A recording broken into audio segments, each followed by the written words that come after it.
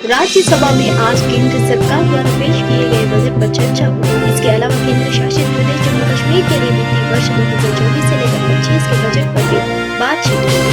पश्चिम बंगाल की सीएम ममता बनर्जी ने केंद्रीय बजट को पक्षपाती और गरीब विरोधी बताया है। ऐसे में आज इन मुद्दों को लेकर सदन में खबराखबरी देखने को मिल सकती है। संसद की कार्यवाही शुरू होने से पहले विपक्षी दलों ने एनडीए सरकार पर निशाना साधा। समाजवादी पार्टी के अध्यक्ष अखिलेश यादव ने कहा कि हम सब मांग कर रहे थे कि किसानों को एमएसपी मिले, लेकिन समर्थन मूल्य किसानों को नहीं, बल्कि अपनी सरकार बचाने वाले गठबंधन सहयोगियों को दिया जा रहा है। उन्होंने आगे कहा कि सरकार महंगाई को लेकर कोई ठोस कदम नहीं उठा पाई है।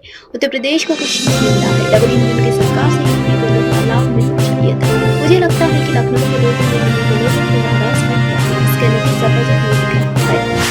पश्चिम बंगाल की मुख्यमंत्री ममता बनर्जी के एक बयान पर बांग्लादेश सरकार ने अपनी आपत्ति दर्ज कर ली है। ममता बनर्जी ने हिंसाग्रस्त बांग्लादेश से आए असहाय लोगों को आश्रय देने संबंधी बयान दिया था। पड़ोसी देश ने इस मामले में 23 जुलाई को नई दिल्ली को एक आधिकारिक नोट भेजा है। बांग्लादेश के विदेश मंत्री हसन महमूद ने इस मामले में बयान दिया। उन्होंने कहा कि ममता बनर्जी के साथ उनके करीबी संबंध है। उन्होंने कहा, पश्चिम बंगाल के मुख्यमंत्री के प्रति सम्मान के साथ हम ये स्पष्ट करना चाहते हैं कि उनकी टिप्पणी में धन की बहुत गुंजाइश है, इसलिए हमने भारत सरकार को विरोध किया है। शेख हसीना सरकार को समर्थन करने वाले छात्रों को एक समूह भी सड़कों पर उतर आया। इस दौरान प्रदर्शनकारियों के पुलिस के झड़प हो गई है। विरोध प्रदर्शन 1 महीने से अधिक समय से चल रहा है, लेकिन पिछले हफ्ते ढाका विश्वविद्यालय में पुलिस कार्रवाई के बाद ये और बढ़ गया है। महाराष्ट्र कर्नल की ट्रेनिंग आईएएस पूजा खेतकर की ट्रेनिंग रद्द कर दी गई थी। मसूरी स्थित Lal Bahadur Shastri national academy of administration ने उन्हें अकादमी वापस बुला लिया था। उन्हें 23 जुलाई तक एलबीएस एनडीए में रिपोर्ट करना था, लेकिन ऐसा हुआ नहीं। खेतकर एलबीएस एनडीए नहीं पहुंची है। अकादमी को इस बारे में कोई अधिकारिक पत्र भी नहीं मिला है। एलबीएस एनडीए में सिविल सेवाओं को अधिकारियों को ट्रेनिंग दी जाती है। उन्हें पुलिस ने पूजा खेतकर से संपर्क करने की कोशिश की है, लेकिन अब तक उन्हें कोई जानकारी नहीं मिली है। पूजा खेतकर पर अपने पद के दुरुपयोग का आरोप लगा। फिर फर्जी विकलांगता प्रमाण पत्र से आरक्षण के तहत यूपीएससी में सफल होने का आरोप लगा। इसके बाद उन पर ओबीसी का फर्जी सर्टिफिकेट लगाने का भी आरोप लगा है। हरियाणा व पंजाब के बॉर्डर पर किसान आंदोलन मामले में आज सुप्रीम कोर्ट में सुनवाई हुई। दरअसल हरियाणा सरकार ने पंजाब हरियाणा हाईकोर्ट के बॉर्डर खोलने के आदेश को लेकर सुप्रीम कोर्ट में अर्जी दाखिल की थी। इस पर सुप्रीम कोर्ट में सुनवाई हुई। वहीं सुप्रीम कोर्ट ने सुनवाई के दौरान कहा कि हरियाणा व पंजाब सरकार को यथास्थिति बनाए रखने के निर्देश दिए गए हैं, यानी अभी शंभू बॉर्डर नहीं खोला जाएगा। इसके साथ ही एक स्वतंत्र समिति के गठन का भी प्रस्ताव रखा है, जो प्रदर्शनकारियों से संपर्क कर उनकी मांगों का समाधान मांगेंगे। न्यायमूर्ति सूर्यकांत की अध्यक्षता वाली 3 न्यायाधीशों की पीठ ने कहा कि एक तटस्थ मध्यस्थ की जरूरत है, जो किसानों और सरकार के बीच विश्वास पैदा कर सके।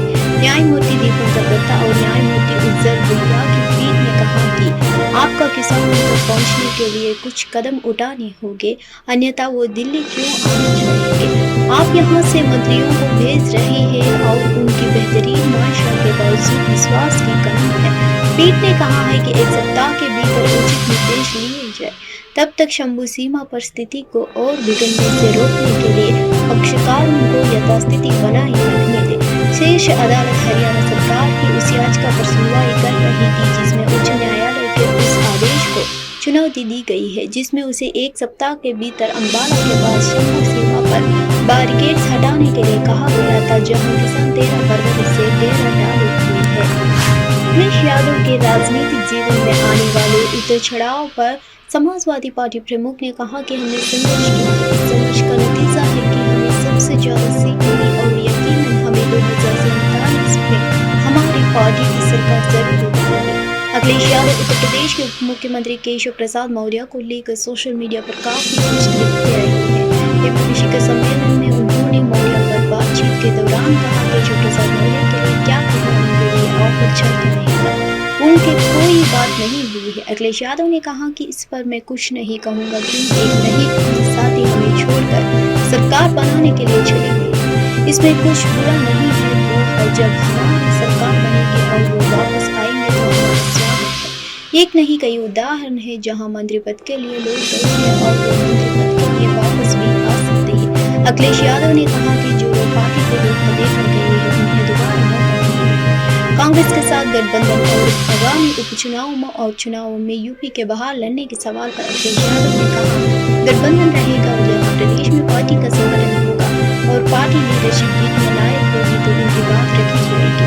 झारखंड में हमारा संगठन है लेकिन वहाँ लोकल लीडरशिप से बात करके लड़ेंगे। महाराष्ट्र में हमारे 2 विधायक हैं और जहाँ हमारा संगठन होगा वहाँ राजनीतिक परिस्थितियों में जीत सकते हैं, वहाँ चुनाव करेंगे। कवाड़ रोड पर नंबर प्लेट विवाद पर अखिलेश यादव ने कहा कि जैसा दिया फड़फड़ाता है वैसे ही बीजेपी में सांप्रदायिक राजनीति को लेकर फड़फड़ा रही है, इसलिए होर्डिंग्स लगवा रही है। सुप्रीम कोर्ट का धन्यवाद कि उन्होंने इसके खिलाफ फैसला लिया है। इस काम के जरिए वो सांप्रदायिक तनाव फैलाना चाहते थे। योगी जी से आप और क्या उम्मीद कर सकते हैं? क्यों वो स्मार्ट सिटी बनवाएंगे? उनकी बनाई